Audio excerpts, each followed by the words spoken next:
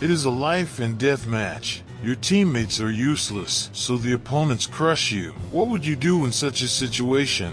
Give up? Blame others? Or try to figure out a solution? Blue Lock reveals that some people stay at the bottom, while others rise up through the ranks. Because even if the hardware is the same, the software can make a huge difference. So let's reclaim agency over our lives by updating our brains. Similarly to Hulk, we get a massive mental debuff when we become very angry, stressed, and so on, because these overwhelming feelings can override and with it lower our logical thinking, concentration, etc., making us try breaking through a wall instead of using a nearby door. That is why instead of using resources like time to find a way to win, we use them to blame others, spreading the debuff, or even outright give up. Instead of firmly acting, our hands might shake full of doubt. So if it makes winning so much more difficult, then why does our current software do it? Because the ego hates to feel discomfort. That is why it is easier to blame outside forces,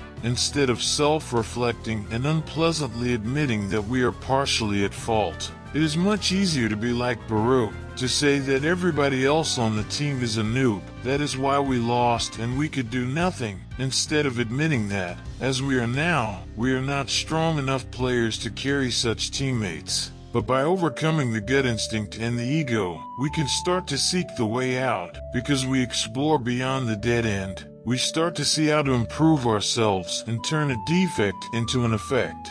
So the first step is to be inspired by Frozen and let it go. Because strong emotions cannot last long, due to the tendency of the body to strive to be perfectly balanced, as all things should be.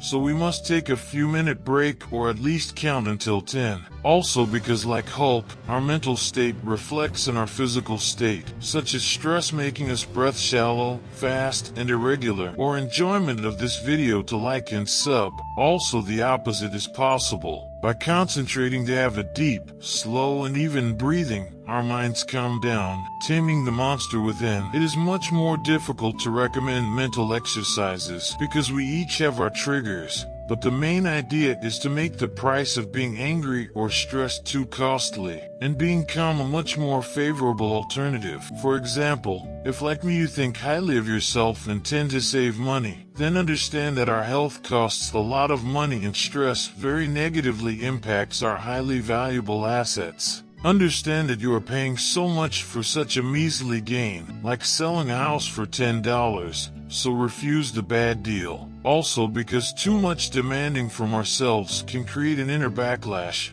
such as stressing out for being stressed out, creating a deadly loop. Let's try to accept how we are feeling and gently guide ourselves back to a desired state of mind. Once we have stopped wasting time by being stuck in the past, but instead strive for a better future, the second step is to overcome seeming dead ends by challenging our assumptions. By breaking and reassembling ourselves like Isajai when he is put in a corner and needs to figure out a solution. For example, if we play a team sport like MOBA and see that some of our allies perform badly, then it might seem that the rest of the players in the team are bad and a waste of our time. But by challenging the assumption, it might turn out that in reality 1 out of 4 teammates is good and willing to cooperate, that there's Bakira to our Isajai. As the result, we have one more helper than if we gave up on them all. In this case, we needed to confront the unpleasant truth that it is really difficult to go alone against an army or be a master in multiple areas, and much easier is to get help. Confront that by improving persuasion skills. We will be able to be a glue who inspires others for a common goal by resonating with them. Can you imagine the possibilities of going fully zero? Turning even an enemy into an ally, lazy good for nothing into the most devoted follower. Just compare Team Z's first and last match. What happened when every man was for himself, and when everybody was ready to sacrifice for the team's sake? What new combinations opened, due to a better understanding of each other? Or look at the European Union. Before, these countries fought with each other constantly, costing so many human lives and money. If you have not noticed, wars are super expensive, but nowadays they collaborate, bringing new opportunities, such as due to the combined size. The European Union has a bigger negotiation power with outside countries. And due to united standards and a common representative institution, the member states have much easier trading with each other, because they need to comply only with one set of demands, not nearly 30 different. That is why with advantages like these, the member states are wealthier than on their own.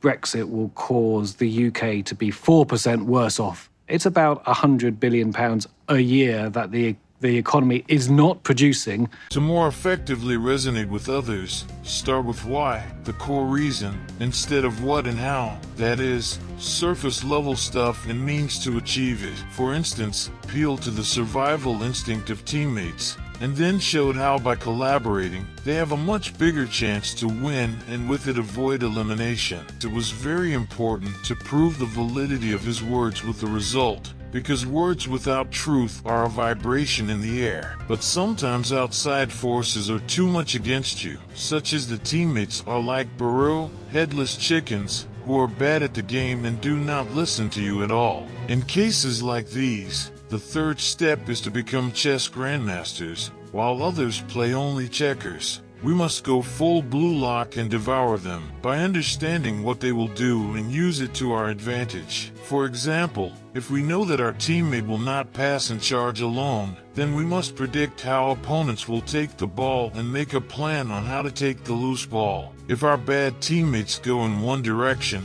then we can use them as decoys and go in the opposite direction. But to do these big brain moves, we must first understand how the game really functions, such as in chess it is knowing winning conditions, what each piece does and so on. Afterward, understand what type of player we face, such as the player's habits, and only then can we try to predict the movements, such as seeing the other person's perspective making all those awful moves. What drives them? What is their overlap in judgment? Be it ally or enemy, we must see how to use it. For example, if the rest of the players believe that killing the Lord will win the game, it will make them all go for it. But knowing that we really need to destroy towers and then Nexus, we can use it to our advantage by making a counterattack in the opposite line. So while opponents are busy killing the Lord and fighting allies, we unnoticed can clear the line and destroy towers. Usually,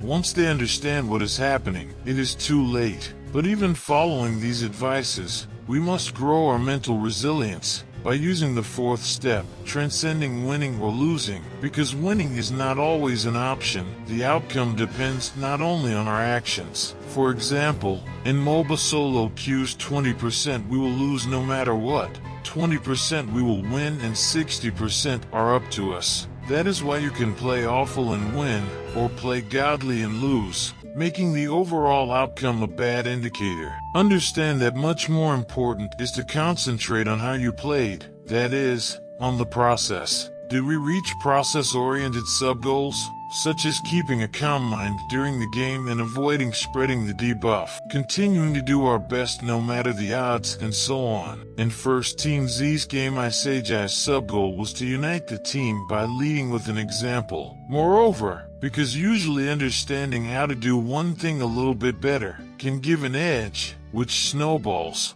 It is proven that to get better at MOBA, we must not just play, but also review replays of our own games. It includes learning from mistakes and good habits of others, no matter the ally or opponent. Basically follow Isage's example when he massively improved off-ball movement by copying an opponent. Now do you see how overcoming the gut instinct and the ego, we can start to seek the way out, because we explore beyond the dead end? How do we start to see how to improve ourselves and turn a defect into an effect? Moreover, if you wish to conquer the world, then strengthen the learned good habits with these life hacks.